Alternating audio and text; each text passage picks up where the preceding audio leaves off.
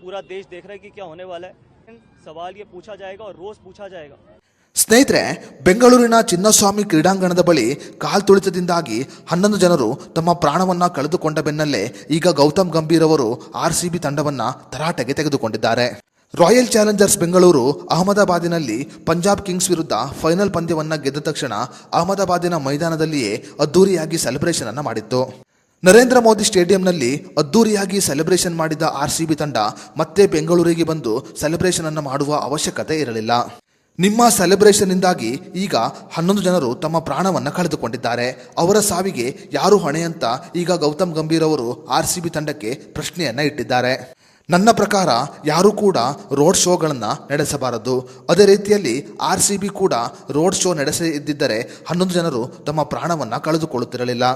ನಿಮಗೆ ಅಷ್ಟೊಂದು ಅಭಿಮಾನಿಗಳನ್ನು ಮೇಂಟೈನ್ ಮಾಡಲು ಸಾಧ್ಯವಾಗದಿದ್ದರೆ ಏಕೆ ರೋಡ್ ಶೋಗಳನ್ನು ಮಾಡಬೇಕಾಗಿತ್ತು? ಚಿನ್ನಸ್ವಾಮಿ ಕ್ರೀಡಾಂಗಣದಲ್ಲಿ 11 ಜನರು ತಮ್ಮ ಪ್ರಾಣವನ್ನು ಕಳೆದುಕೊಂಡಿದ್ದಾರೆ. ಅವರ ಸಾವಿಗೆ ಈಗ ಯಾರು ಹೊಣೆ ಮತ್ತು ಯಾರು ಜವಾಬ್ದಾರಿ ಅಂತ ಗೌತಮ್ ಗಂಭೀರ್ ಅವರು ಆರ್ಸಿಬಿ ತಂಡಕ್ಕೆ ಪ್ರಶ್ನೆಯನ್ನ ಕೇಳಿದ್ದಾರೆ. ಸ್ನೇಹಿತರೆ, ನಿಮ್ಮ ಪ್ರಕಾರ ಬೆಂಗಳೂರಿನ ಚಿನ್ನಸ್ವಾಮಿ ಕ್ರೀಡಾಂಗಣದಲ್ಲಿ ನಡೆದ ಈ ಕಾಲ್ತುಳಿತಕ್ಕೆ ನೇರ ಹೊಣೆ ಯಾರು ಅನ್ನೋದರ ಬಗ್ಗೆ ನಿಮ್ಮ ಅನಿಸಿಕೆಯನ್ನು ನಮಗೆ ಕಮೆಂಟ್ ಬಾಕ್ಸ್ನಲ್ಲಿ ತಿಳಿಸಿ.